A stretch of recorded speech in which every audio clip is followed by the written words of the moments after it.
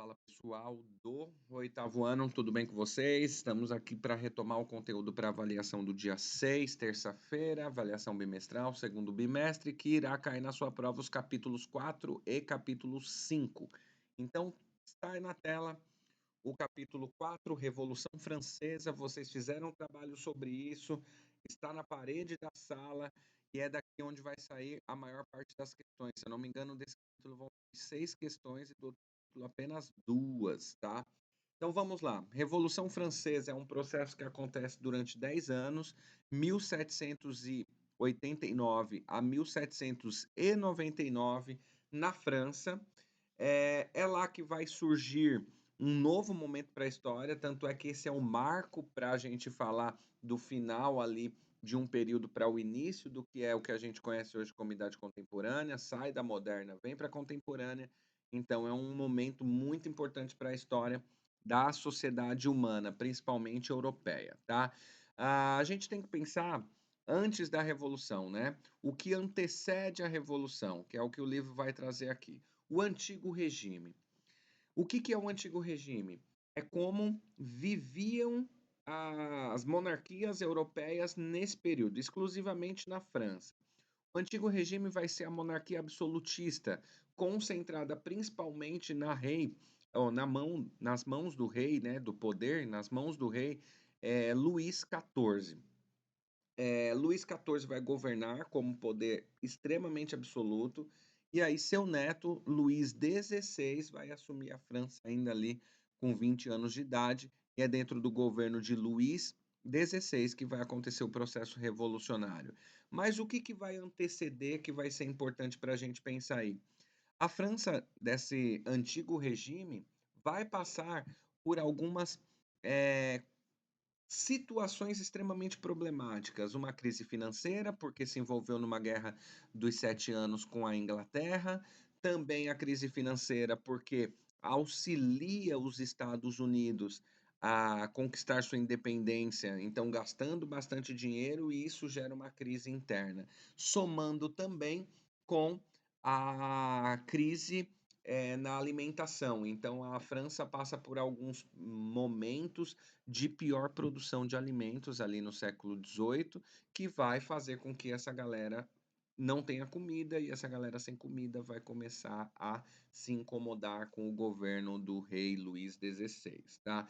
Então, somando os antecedentes aí, uma monarquia muito rígida, com o rei mandando em tudo, dívidas que são acumuladas a partir da Guerra dos 7 Anos contra a Inglaterra e também a Guerra dos Estados Unidos para se libertar da Inglaterra, e também aí o processo de piores colheitas nos verões, ou nas primaveras de 1788, 1789. Somando tudo isso, a gente tem um mix que a sociedade vai ficar extremamente insatisfeita com o governo do Luís XVI, que é o neto daquele senhor ali. Como que era a sociedade do antigo regime? Como que estava estruturada essa sociedade? Essa charge aqui mostra 3 classes sociais. O trabalhador aqui carregando o clero e a nobreza. Então a gente tem 3 estamentos ou 3 classes sociais na França pré-revolucionária. E também dentro do período da Revolução, mas principalmente pré-revolucionária, que são no topo o clero, abaixo do clero a nobreza e abaixo da nobreza todos os trabalhadores. Lembrando que esses trabalhadores chegam a somar 97 ou 98%. Então só 2 ou 3% da sociedade não era dos trabalhadores, e sim da nobreza e do clero. Está funcionando, então vou continuar.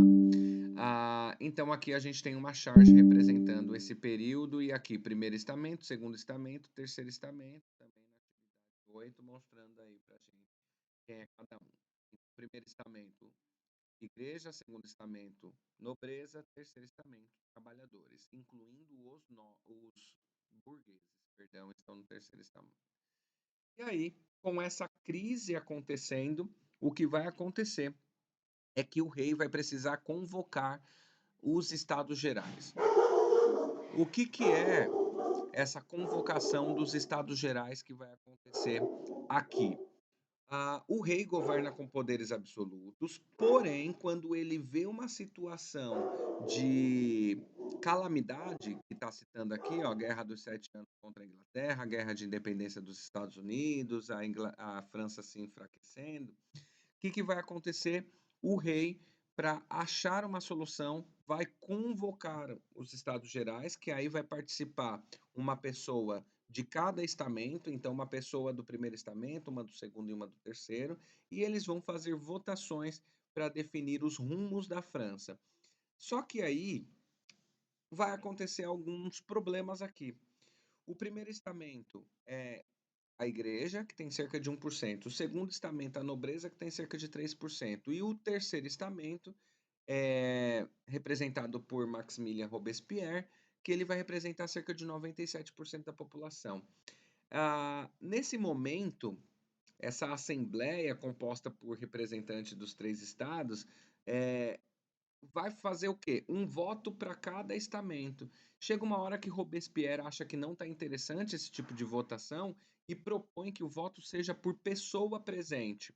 O rei, sabendo que vai perder, porque ele representa, o Robespierre representa 97% da população, o rei não aceita. E aí, depois de algumas semanas de assembleia, o, o terceiro estado, quando chega nas reuniões, as portas estão fechadas. E aí é nesse período, em junho, que o terceiro estado ele faz o seguinte: ele sai dessa assembleia, já que ele não se sente mais bem-vindo, vai para um espaço ao lado, que é uma quadra de lapela ou uma quadra de tênis, enfim, e aí eles decidem que eles vão escrever a nova Constituição Francesa. Então, a primeira etapa da Revolução, a gente vai passar por esse processo da convocação dos Estados Gerais, da negação eh, da participação do voto por cabeça, e aí o povo vai se reunir na quadra ao lado, que está aqui no segundo parágrafo. O seu marco inicial foi o episódio conhecido como Juramento do Jogo de Pela, ocorrido em 20 de junho de 1789. Essa galera se reuniu ali e começou a escrever a Constituição da França, olha só. E o rei demora para dar uma resposta. O rei vai dar uma resposta depois de 2 semanas que a reunião já está acontecendo. E quando esse povo fica observando a situação ali, vendo que os soldados estão marchando para Versalhes para conversar com o rei, eles entendem que o rei vai reprimir, vai fechar a Assembleia Nacional Constituinte. E aí é onde vai acontecer o estopim da Revolução, que é quando no dia 14 de julho de 1789, que aparece aqui, o, esses deputados reunidos ali na quadra do jogo de lapela definindo a Constituição do país, eles vão marchar para onde estão o armamento, para onde estão a pólvora de Paris, que é um prédio chamado Bastilha. A Bastilha, ela representava, é um símbolo que representava a monarquia francesa, né, o antigo regime. Por quê? É um prédio meio que medieval, feudal, que era um castelo, como se fosse, bem fortificado, e era ali que se prendia os presos políticos dessa França monárquica, né? Então era um símbolo do poder do rei. E aí eles destruíram o prédio todo também, tá? Deixa eu só avançar aqui para ver onde nós estamos. Aqui, ó, tem uma imagem da Bastilha, né? Então, o impacto, né, do significado da quebra da Bastilha, que eles destruíram o prédio, é que era um símbolo da monarquia francesa que eles destroem, tá? E aí eles voltam para a Assembleia Nacional Constituinte para escrever a, as regras dessa nova França. E eles saem de lá com um documento chamado Declaração dos Direitos do Homem e do Cidadão, de 1789. Esse documento estabelece os direitos fundamentais da França revolucionária. São 17 pontos aqui que eles colocam, é, apresentando a questão de igualdade, fraternidade, né, que tanto era o lema da Revolução Francesa, tá? Aí começa o período que a gente vai conversar. O que é? Essa assembleia, ela reúne todos os trabalhadores e os trabalhadores agora eles começam a converger nos seus pensamentos. agora separa os trabalhadores franceses da Revolução em três grupos: os jacobinos, os girondinos e o pântano. É aí que vai surgir aquela ideia de direita e esquerda, que eu não vou me aprofundar aqui. Mas os jacobinos, eles defendiam a manutenção da revolução para que os trabalhadores conquistassem mais direitos. E os girondinos, depois da revolução feita, que era a alta burguesia, defendia o fim da revolução. Por que isso? Porque aí eles assumiriam o governo dali por diante e manteria o povo como trabalhadores deles. Então, qual que é a diferença básica aqui? Os jacobinos é a pequena burguesia e os trabalhadores do campo. Então, esses defendiam que a revolução tinha que continuar para que eles conquistassem mais direitos. Os girondinos, que é a direita, eles vão defender que a revolução ela tem que acabar, para que só eles conquistem os direitos deles de explorar os demais trabalhadores da França. Então, eles querem deixar de ser entendidos como essa base dos trabalhadores franceses, tá? Seguimos aqui então, dentro da os jacobinos, por representar essa questão trabalhadora, eles aparecem como maioria, já que é uma galera que está passando fome na França. E aí a gente tem esse processo em que o rei é muito fragilizado, junto com a sua esposa Maria Antonieta. Então aqui a gente está falando do casal Luís XIV e Maria Antonieta. Eles são buscados lá no Palácio de Versalhes e levados para morar em Paris, sendo vigiados pelos revolucionários, e eles começam a conspirar contra a revolução, até um ponto que eles tentam fugir da França, e aí são capturados. E aqui a gente tem uma imagem do rei se despedindo da sua família no ano de 1791, porque o rei foi condenado por traição à revolução, por tentar fugir, e foi preso, condenado, julgado, e o que sobrou para ele foi morte na guilhotina, certo? Depois desse processo ali, em 1792, com a morte do rei, a gente entra na Convenção Nacional. Agora é necessário a gente disputar quem é que vai governar essa França, já que mataram o rei. Que tipo, né? Já que matou o rei, é necessário pensar que tipo de governo que vai se instalar nessa França de 1792. Então é aí que vai começar um dos períodos mais terríveis que a França vai conhecer, que é o período chamado período terror. Então aqui mais uma charge, né, sobre guilhotina. E o período terror vai ser um período em que os jacobinos governam a França, né? Então essa imagem eu acho que representa muito bem. E existem execuções muito constantes, porque todo mundo considerado traidor da Revolução era executado na guilhotina. Até mesmo os líderes políticos dos próprios jacobinos foram executados, assim como Maximilien Robespierre e Danton foram executados na guilhotina. E também alguns aristocratas franceses, né? A guilhotina ela serve com a ideia, ela vem com a ideia de que pelo menos na morte todos seriam iguais. Depois desse grande período terror, a gente vai entrar na, no período diretório, que já é o jacobino governando depois da morte de Maximilien Robespierre. Então aqui a proposta é reduzir a violência e preparar o terreno para sair da revolução. É no período diretório que os jacobinos convidam Napoleão Bonaparte, conseguem fazer um acordo para que Napoleão Bonaparte assuma o governo da França, pondo fim à revolução. Lembrando, quem vai fazer isso são os girondinos, então a grande burguesia francesa. Por que é importante pensar que eles que estão convidando Napoleão Bonaparte para assumir o controle da França? Porque Napoleão Bonaparte vai devolver esses favores para essa grande burguesia ou alta burguesia, que são as pessoas mais ricas do território francês. E aí o que acontece é o 18 Brumário, que é Brumário é o mês, né?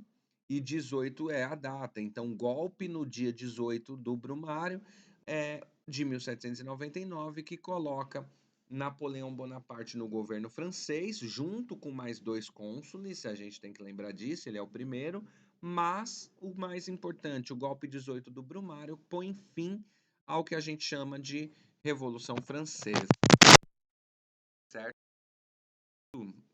Do 18 Brumário é extremamente importante, justamente porque a gente vai ver o que foi o governo de Napoleão Bonaparte entrando no próximo capítulo. Então, no próximo capítulo, a gente tem aqui o a Era Napoleônica, né? Deixa eu chegar nele aqui. Vamos lá. A Era Napoleônica. E aí você vê que a imagem do capítulo já mostra o Egito, Napoleão no Egito, né? Então, para mostrar esse grande herói que Napoleão Bonaparte foi. As consequências do diretório. Diretório foi aquele período, né, de 1795 a 1799, que os girondinos organizaram para que Napoleão assumisse o governo a partir do 18 do Brumário. E aí a gente tem aqui, esses membros seriam escolhidos por meio do voto censitário, esses membros que agora vão governar a França. Voto censitário é quando você tem que provar alguma coisa, então algum tipo de comprovação, seja lá o que for, isso torna um governo com voto censitário. E aí a gente vê o processo de heroísmo, né? Essa heroificação de Napoleão Bonaparte dentro do novo momento que agora é a Era Napoleônica. Agora a França saiu da Revolução e eles sentam para escrever uma nova Constituição. Lembrando que esse Código Civil Napoleônico, ele tem orientação no liberalismo econômico, já que os burgueses que colocaram ele ali, né? Então ele tem essa ideia do liberalismo econômico. E também vai ser um código muito importante que vai servir de exemplo para códigos atuais, como por exemplo o Código do Brasil, tá?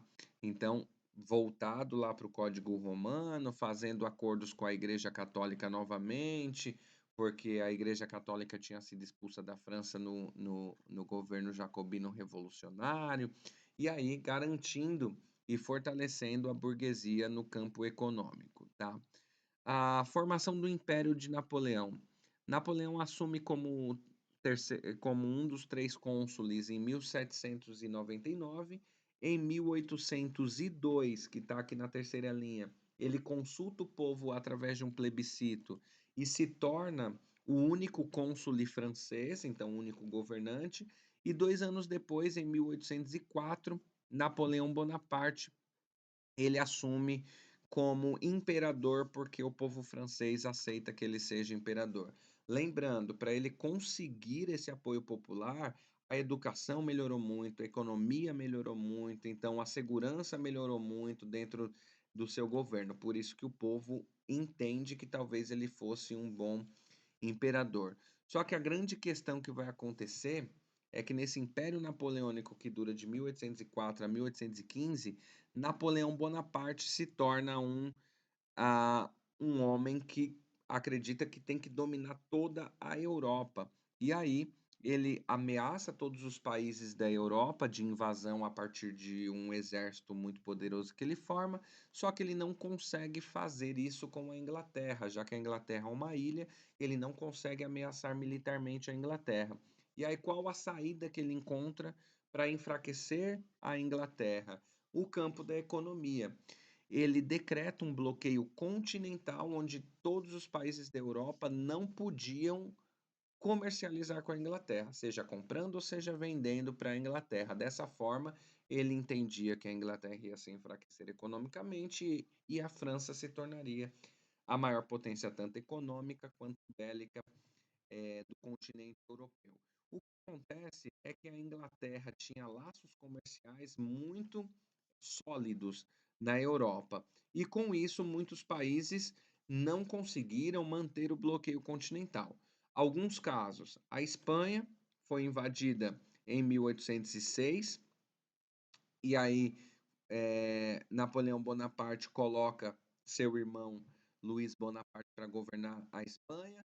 Ele parte em direção para Portugal em 1808, e aí a família real portuguesa foge para o Brasil, então isso vai ter consequências direto no que vai ser a história do Brasil a partir de 1808, e em 1812 Napoleão Bonaparte invade a Rússia. E aí as consequências vão ser gravíssimas, porque dos 600 mil soldados dos que entram na Rússia, 500 mil morrem, só voltam 100 mil de 600 mil. E Napoleão começa a ter sua primeira grande derrota no batalha aí. Os russos venceram essa batalha a partir de algo que a gente chama de tática da terra arrasada, que os russos vão fugindo do exército francês, queimando todas as casas e queimando as plantações para não deixar nada para o exército francês, que vai avançando, de fato não encontra nada, e o frio vai matando o exército francês, que volta com cerca de 100 mil dos 600 mil que foram, tá? E aí Napoleão começa a perder força, porque os países começam a ser invadidos, uma aliança. E essa aliança vai fazer com que Napoleão perca força militar. Imagina, a Áustria, a Rússia, a Inglaterra, tudo se reunindo. São 6 países que se reúnem primeiro, que se chama Sexta Coalizão, que está aqui, e depois a Inglaterra alia-se a esse grupo, formando a Sétima Coalizão. Aqui, o povo vai capturar Napoleão Bonaparte, mandar para a ilha de Elba. Napoleão vai fugir, vai voltar, então, para a França, né? Então, aqui o exílio, ele na ilha de Elba, em 1814. Depois, ele volta para a França, em 1815, e governa mais por 100 dias, que vai ter aqui o governo de 100 dias de Napoleão Bonaparte. Então, ele governa por mais 100 dias, e aí essa Santa Aliança vai capturar Napoleão Bonaparte e agora mantê-lo preso até sua morte em 1821. Depois os países europeus vão montar uma mesa ali e montar o Congresso de Viena para discutir os rumos da Europa e acabam também por decidir a partilha do continente europeu. Mas isso é assunto que a gente vai discutindo aí mais para frente. Aqui está os 100 dias do governo napoleônico e eu vou ficando por aqui. Bons estudos para vocês, meus queridos. A gente se vê terça-feira. Abraço.